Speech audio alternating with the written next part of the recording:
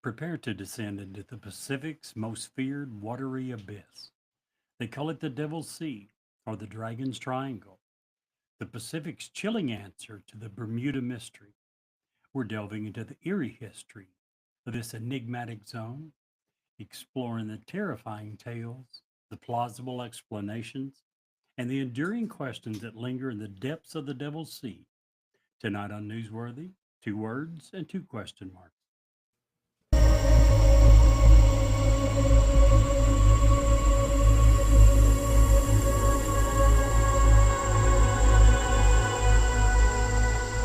He's alive! Have you checked the children? Get out!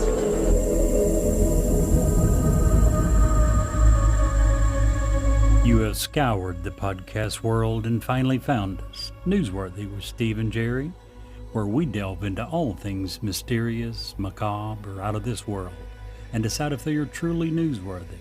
Two words and two question marks.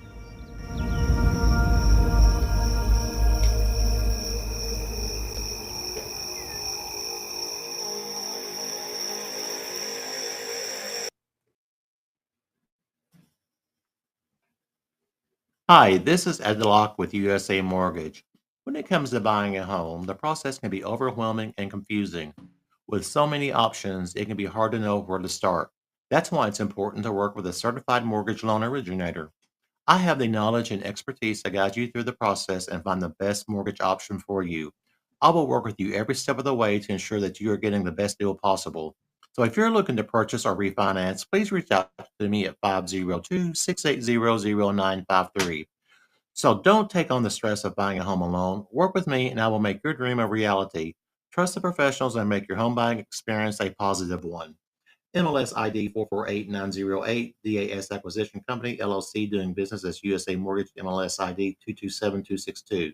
This is not a commitment to lend. Additional terms and conditions apply. USA Mortgage is equal housing opportunity.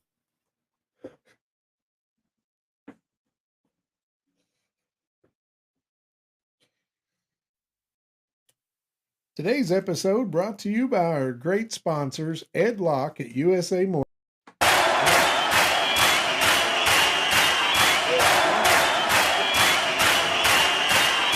It all go away. That was terrible. Thank you, Jerry. Congratulations I knew you liked me, dude. Didn't know you liked me that on your much. most recent marriage, Holy moly. Jerry. It's big of you to take the female, the role of the female. Knew he admired me. Didn't know it was quite to that extent. I got distracted. Oh, geez. Welcome to the show. What a terrible. I'm having second thoughts about this show, just like I had second thoughts about a recent real estate deal I did. Oh yeah. Yeah, it was too late though. The deed was done. God, I hate when that happens. The deed is done. There's no going back, right? You guys have iPhones? Yeah, You don't have an iPhone, right? I do because I'm smart. Did you get a email saying that you had the oh my gosh, I'm glitching. You need to repair it. Yeah, well no. That's monthly, I think. Like I guess if you had a Siri device, apparently it's been listening to you. So you have a claim to like up to $20 per device. Did you get an email about that? No. I guess they're like they lost to the court case, so they have to pay out like up to $95 billion or something like that, which will never happen. I went on there and you have to put the serial number for each device, and I was like, I don't have any of that. And it's $20, so I'm like, it's not even worth my time. Anyways, you know how like your refrigerator and your TV are supposedly listening to you too? Yeah. Well, you think that's bad enough. Remember, the vacuum has been gathering dirt on you for years. That's one you need to be concerned about. That joke sucked. Well, the other stuff was actually true. I had it this week. No pun intended with your reply, right?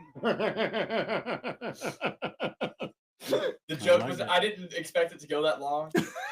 That be was fair. a long way to go. I just did it on the fly, and it went a lot longer than And that was our show, folks. All right. For those Listen. that don't know, Brett and I get a lot of our jokes from a Reddit thread, dad jokes. Did you see the one a couple 3 weeks ago? A lady, it wasn't really a joke. She come on and said, "I just want to thank you guys." Excuse me. She said for many years she had a habit of calling her father way too early in the morning. Did you see this? Mm-mm. She had a habit of calling her father way too early in the morning and waking him up with a joke. And she got a ton of them from the thread. This was on a Wednesday, I think. Her father had passed away on Monday. And she would just saying thank you for years of laughter that it brought to me and my dad. Oh, nice. That gave me goosebumps a little bit. And she even mentioned, she said it was a week or so ago, and she gave a brief outline of the last one she read to her dad. She said what he liked was the thing that made me think of it was what you just said.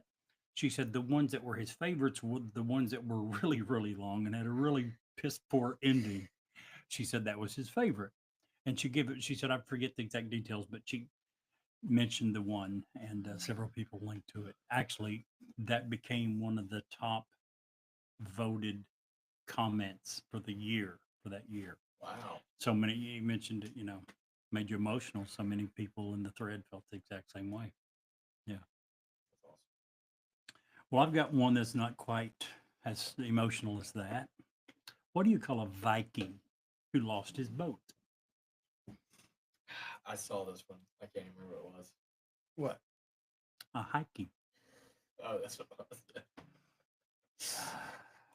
Get it? No boat. He's hiking. Get it? See, I hate when I have to explain these to you. Have you guys seen the No, show? no, you don't. You don't have to explain. Please stop explaining. That's obviously the only reason you're not laughing. Is you Oh, get it. yeah, that must be the reason I'm The not. only reason. Did we see what? Hold on, I'm looking it up. Okay.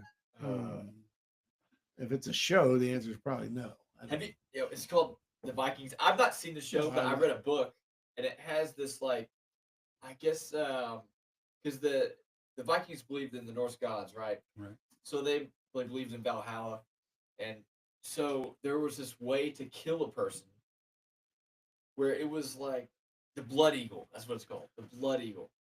So it was in this book that I read. That's what made me think. And then my brother-in-law, he was like, "Oh, it's in the Vikings." So basically, kids, close your ears. They slice open the back, and then they basically dig in, pull your lungs out, pull them up, and then they pull your heart out. And so the Vikings believed that if you couldn't take that you wouldn't go to Valhalla. So you had to be emotionless through that whole process, or else you didn't make it to Valhalla. I don't know what maybe I don't know why we brought that up, but that is like the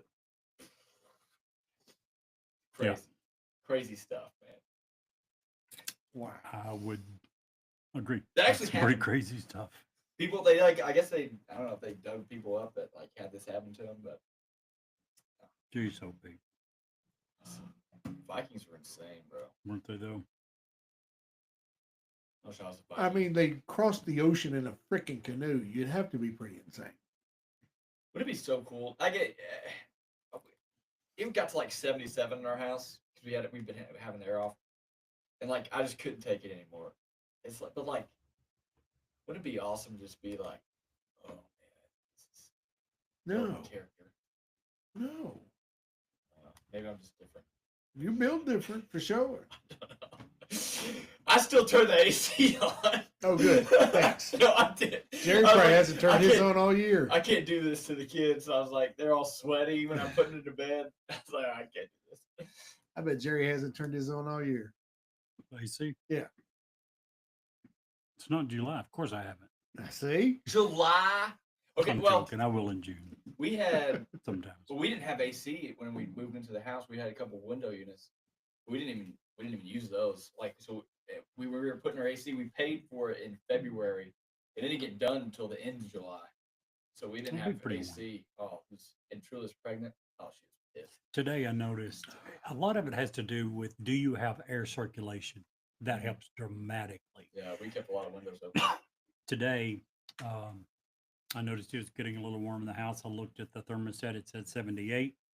I turned on 2 ceiling fans, cracked the windows, and within 2 minutes I was fine. Mhm. There was air moving, and I'm good as long as there's a decent. It's like being outside. Mid Airflow. 70s is comfortable.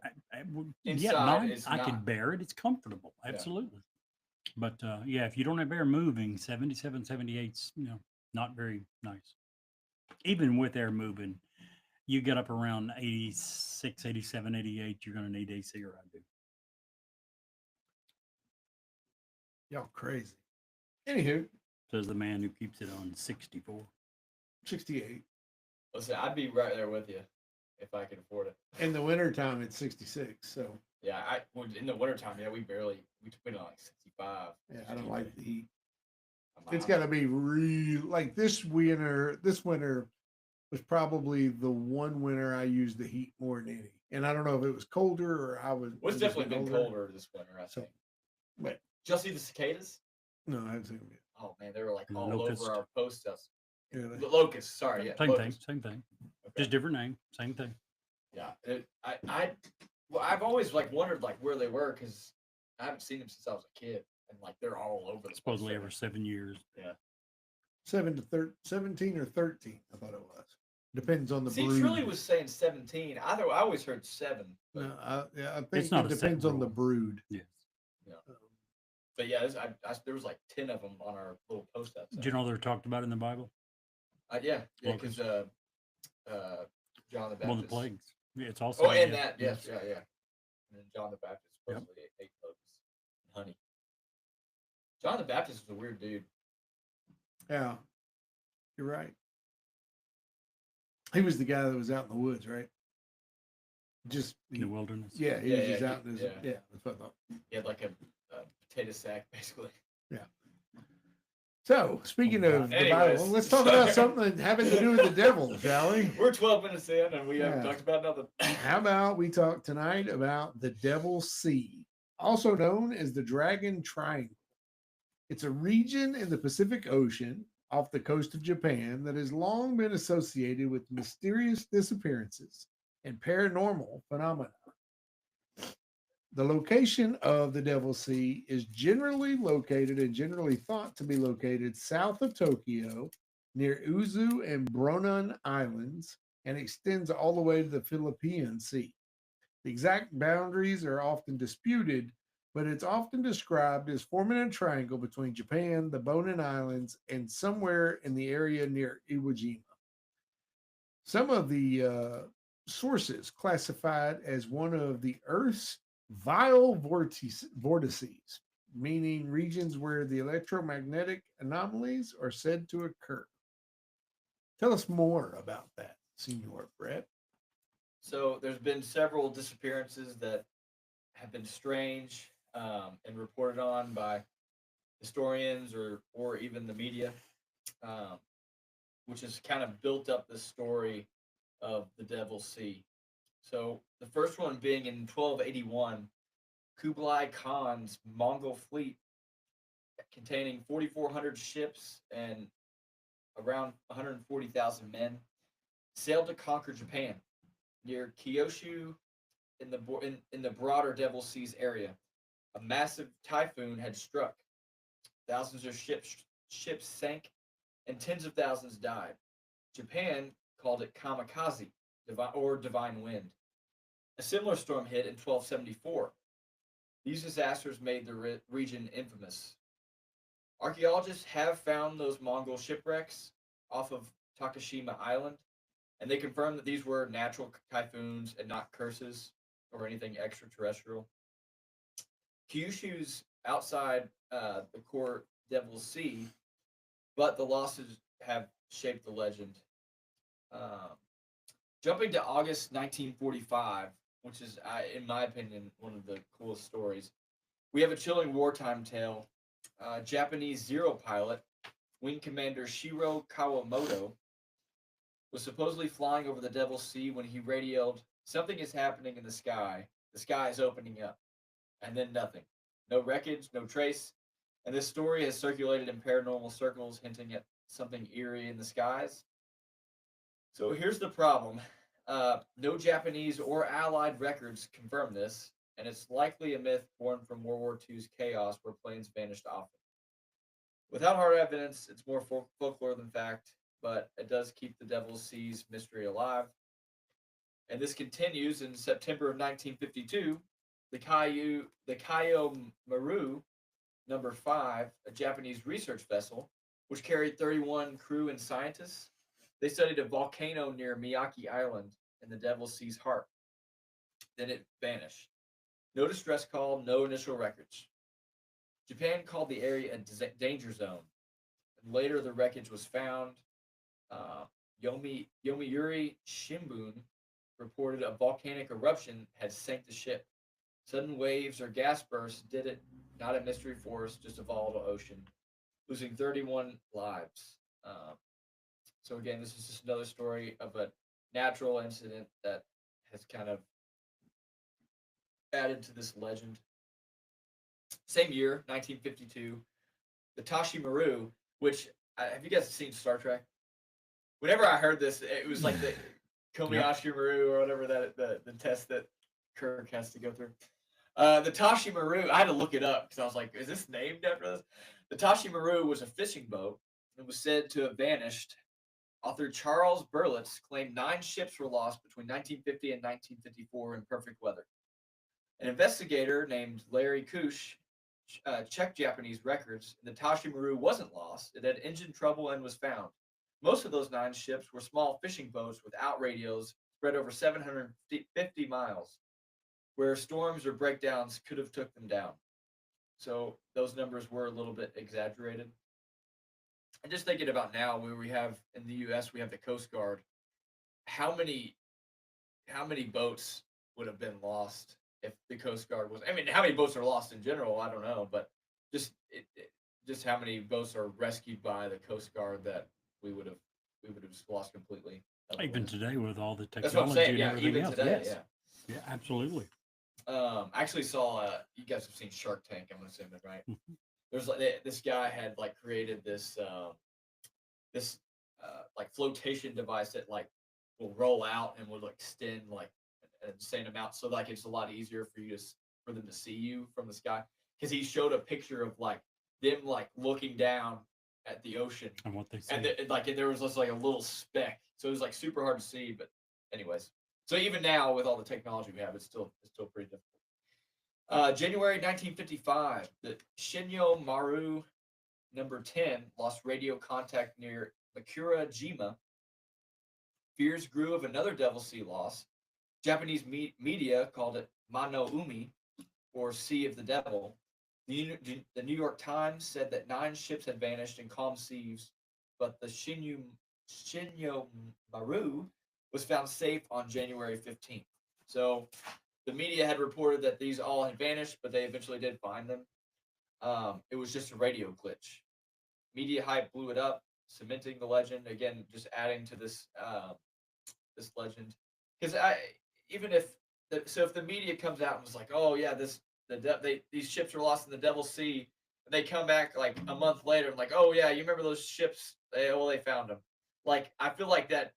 Even that, just the fact that they reported it, a lot of people are going to hear that. It's going to stick in their minds. Well, furthermore, the first one probably was on the front page. Right. The Right. And second the other one one will is be a like correction on page 19, 100%. paragraph 9. Yeah. Right. 100%. Another one is March 22nd, 1957. A U.S. military airplane with 67 personnel flew from Micronesia to Tokyo. They crossed the Devil's Sea's outer edges. 8 hours in, and it was completely gone. No distress call, no wreckage. Clear skies, extra fuel, yet nothing was found. The Pacific is vast, and the plane crashes often left no trace. Mechanical issues or navigational errors are likely, but it is linked to the Devil's Sea's core. 67 lives were actually lost. So again, this was a big issue. Yeah, so again, there's quite a bit of disappearances. I haven't covered all of them, but it seems like all of the big ones do have some sort of explanation. Um, so yeah, I don't know, Jerry, if you want to keep it going. Yeah, um, I would agree. There are several possible explanations that we have. One of them is for natural phenomena. There's a few different possibilities. One, big volcanic activity. The Devil's Sea lies within what's called the Pacific Ring of Fire, a zone of very intense seismic and volcanic activity. Underwater volcanoes are very common in this region, and potential contributions to disappearances, sudden eruptions. Underwater eruptions can create powerful shock waves that could damage or destabilize ships. It can also cause tsunamis and rogue waves. Volcanic activity, especially underwater explosions or the collapse of volcanic structures, can generate very large, very unpredictable waves that are certainly more than capable of sinking vessels. And the disappearance of the Japanese research vessel Kao Maru number 5 while investigating a submarine volcano is a notable example where an eruption is directly suspected of being the cause. Changes in seafloor. Volcanic activity and associated seismic events can cause the seafloor to shift or even collapse, potentially affecting ships in the vicinity. Another possible explanation of natural phenomena, methane hydrates. The region is believed to have significant deposits of methane hydrates on the seabed. These are ice-like structures that trap methane gas. When they suddenly release the methane, seismic activity or changes in the water temperature pressure can cause a rapid release of methane gas from these hydrates, which can substantially reduce the density of the water. A ship entering such a zone might suddenly lose buoyancy and sink with little or no warning, leaving no wreckage on the surface. Turbulence. Large releases of methane gas can also create high turbulent and unpredictable currents that can often overwhelm vessels. Another suspected natural phenomenon is strong currents and unpredictable weather. The Devil's Sea is known for very complex and strong ocean currents that's influenced by its geographical location as well as the meeting of different water masses. It's also prone to sudden and severe weather patterns, including typhoons and localized storms that can develop rapidly. Navigational challenges. The strong and shifting currents that we mentioned earlier can make navigation extremely difficult, pushing vessels off course and into hazardous, even more hazardous areas. Magnetic anomalies. Gotta love those trains, right? Some theories suggest that the Devil's Sea is a vile vortex, a pseudoscientific term for areas where unusual electromagnetic anomalies are said to occur. These anomalies are theorized to be caused by crossing hot and cold currents. These also cause compass malfunctions. Significant magnetic anomalies can interfere with compass readings and other navigational equipment. Again, in today's world, in 2025, we have equipment that can deal with those. 1950s and previous, which is where most of these occurred, they probably didn't. They were relying on older equipment that wouldn't have been able to deal with this type of interference. Strong scientific evidence also supports widespread significant magnetic anomalies directly causing disappearance in the Devil's Sea, also the Bermuda Triangle, by the way. While local variations in magnetic fields exist globally, they're usually accounted for in navigation. To put this in a statistical perspective, as Brett mentioned, there's a lack of independent verification for most of these. Several of the more sensational claims haven't been rigorously investigated, or if they were, it turned out that the ship was simply missing for a while. It was a communications error. It actually hadn't vanished. High traffic volume. Like other major shipping routes, the areas around Japan see a significant amount of maritime traffic. Statistically, a certain number of incidents are expected in any highly traveled ocean area due to accidents, weather, and human error. Without carefully comparing the rate of disappearances to other comparable regions, raw numbers can be very misleading. and there is no reputable study that shows that this area is more prone to disappearances or incidents than other similar high traffic lanes that are also prone to severe high weather.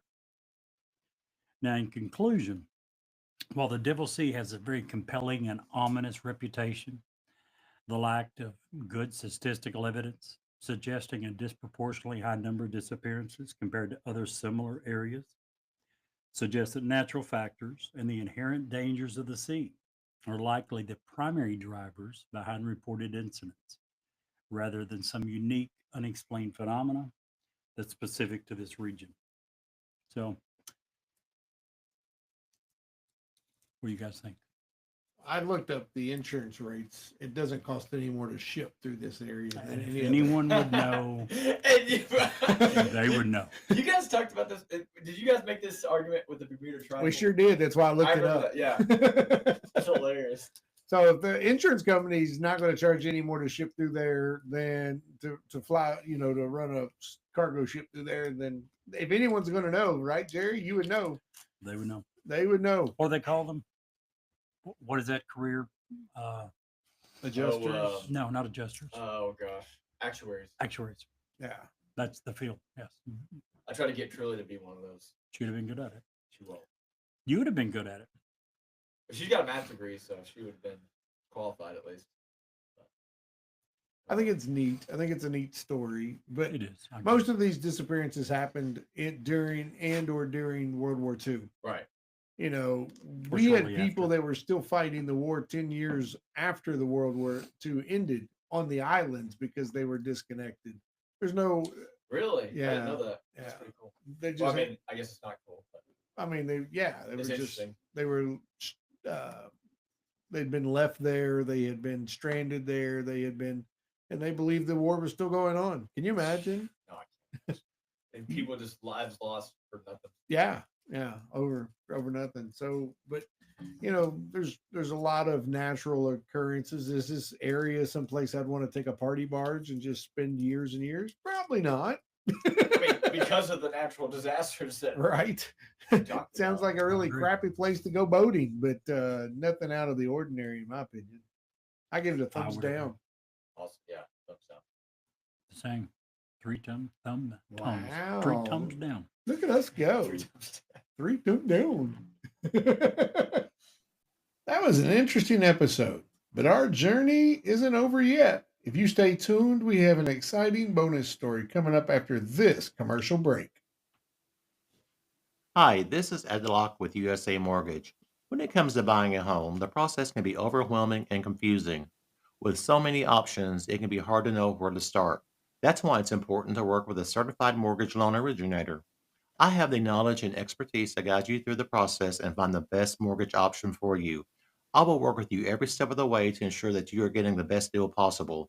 So if you're looking to purchase or refinance, please reach out to me at 502-680-0953. So don't take on the stress of buying a home alone. Work with me and I will make your dream a reality. Trust the professionals and make your home buying experience a positive one. MLS ID 448908, DAS Acquisition Company, LLC, doing business as USA Mortgage, MLS ID 227262. This is not a commitment to lend. Additional terms and conditions apply. USA Mortgage is equal housing opportunity. If you would like to share suggestions for future episodes, an intriguing ghost story, or simply tell us how much you love or hate us, please get in touch with us. You can reach us via email at newsworthywithstephencherry@gmail.com or send us a text at area code 540-709-1318. And now, back to the story.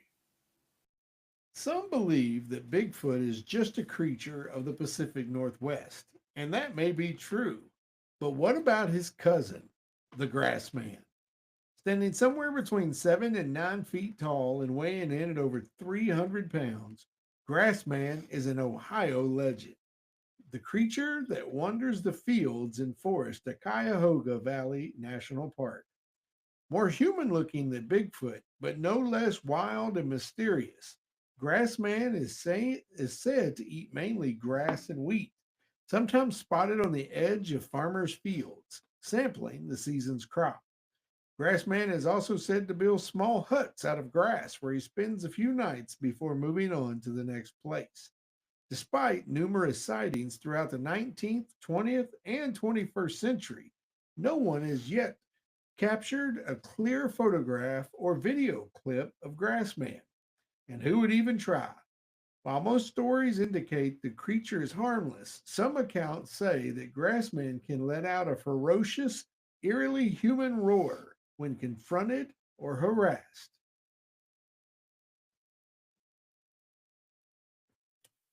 Today's episode brought to you by our great sponsors, Ed Locke at USA Mortgage and Smoking Gun Jerky of Lincoln, Nebraska. Use code CRYPTID10 for a great discount. And Jerry, if you can't see the light, Be the light.